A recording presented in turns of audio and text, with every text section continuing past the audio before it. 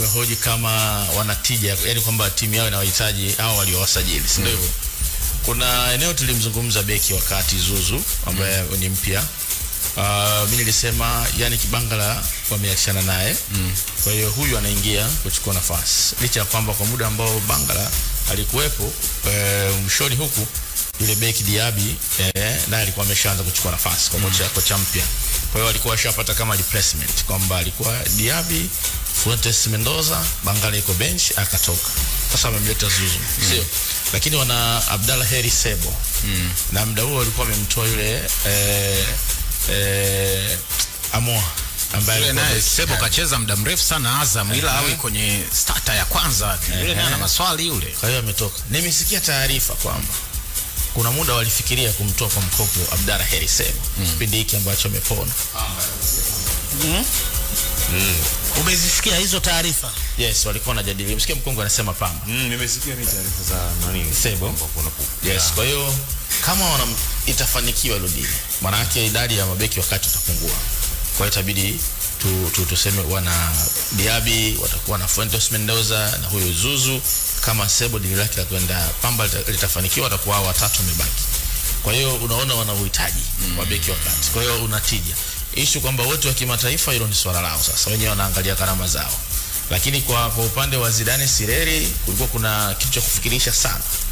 Sababu ya quality wise. Mimi sasa hivi Azam naiona pale. Kabla ya Zidane Sireri kuna winga Djibril Sila, kuna winga wa kushoto Idi Suleiman Nado. Sio? Baada ya Kipre kutoka kwenye bench wana Frank TS wana Chekina Diakite.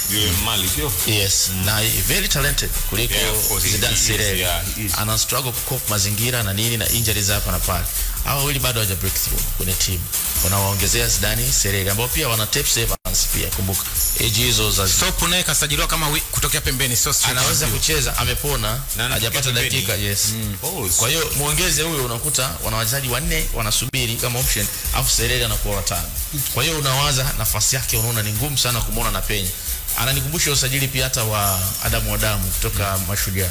Alifunga mabao 7. Watu wakasema kwa sababu huyu amezoea ligi ya Tanzania atakuwa na hapa Azam machaguo michezo ya kimataifa kwenye viwanja vile ambavyo nyasi ziko tofauti na Chamazi, lakini ameshindwa kupata nafasi.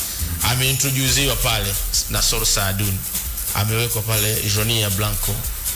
Wote sasa unaona competition halafu amepona yule Diallo, striker ambaye ana mwili mkubwa yule. Alassane ameongezeka kupona na mechi yake kwanza tu amefunga. Kwa hiyo yule ambaye anasema wameshamuingiza kwenye mfumo sasa.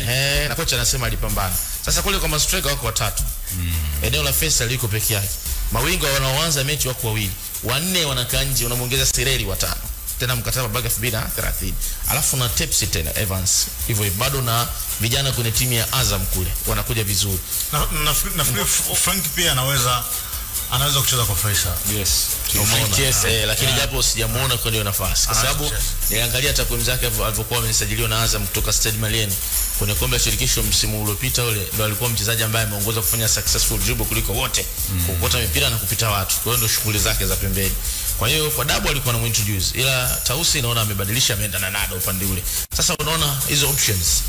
Wachezaji wanne watano wanakaa nasubiri, alafu unamuingiza Sireri mwenye umri mdogo afu ambaye kila alichonacho anazidiwa na kila mtu aliyekuwa kwenye timu.